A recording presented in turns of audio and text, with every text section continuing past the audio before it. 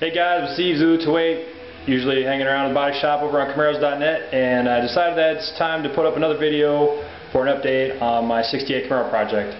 And as you can see, my house was under contract, so everything's kind of a mess in here, but wait a minute, where'd it go? There's no Camaro in here. That's because Camaro's at the sandblaster. I'll pick that up next week.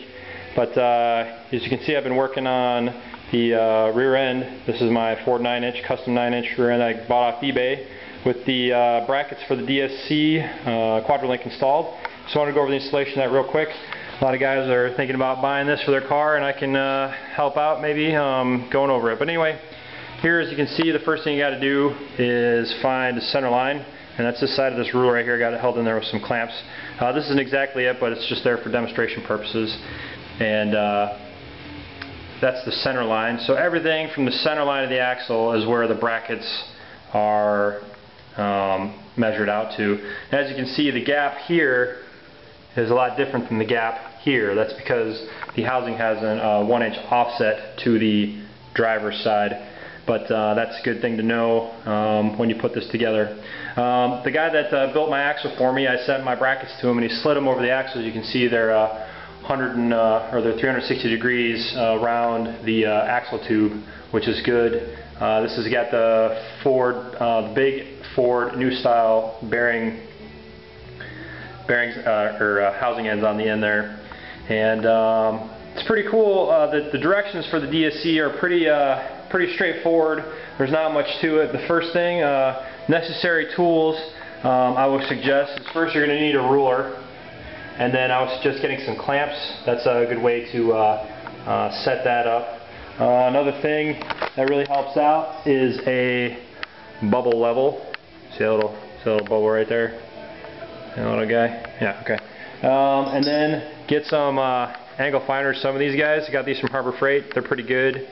And I used 3 of them, so I suggest you get them. They're probably like $4 or so. And check the accuracy on them too. The other thing, you're going to need a tape measure. This guy right here goes up to the 32nds of an inch. The last 6 inches, that's pretty handy as well. And obviously you're going to need a welder and that sort of stuff too.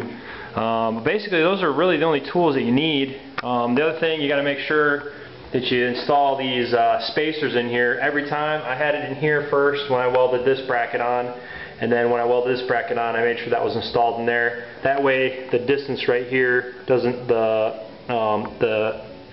rod end or the control arm fits in there, and it doesn't expand and doesn't contract, so you can't get it in there. So that's very important that you put that in there for fabrication purposes only. But I did a 360 degree weld around the my wife just walked in there. That's pretty funny. Anyway, I did a 360 degree weld around the tube. The other thing is I put these they've got these brackets in here to help stabilize the shock mount. This is the shock mount right here. And you use those angle finders to first set your pinion angle. So you're going to set this to 2 degrees down. That's what they suggest in the directions. And for your lower control arm mount, from this hole up to the center, this is supposed to be vertical. So what I did is I put an angle finder here, an angle finder here, and I got it so it was even or equal on either side. That told me that was straight up and down. So obviously, you know, you measure 3 times, weld once on this project. So I would check it, double check it, recheck, measure, double measure, that sort of thing. And then on this shock mount and your upper control arm mount, this is one piece right here. You got to make sure that this part right here is parallel to the ground. This has got to be completely horizontal. And it's the same thing on the other side, except for they have this bracket here for the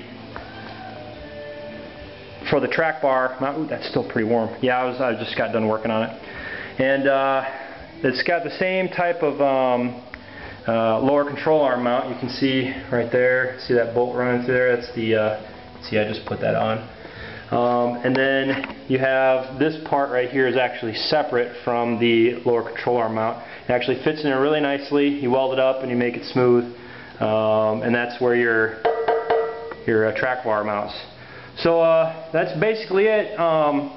I'm going to get this thing, probably either, I haven't decided whether I'm going to get it powder coated or just coat it with POR 15, but yeah, that's the first video of the DSE Quadralink install. I'm going to have a couple of them that will be kind of spaced out because I got a lot of body work to do on the frame before I can even install the rest of the suspension. But anyway, that's my quick update.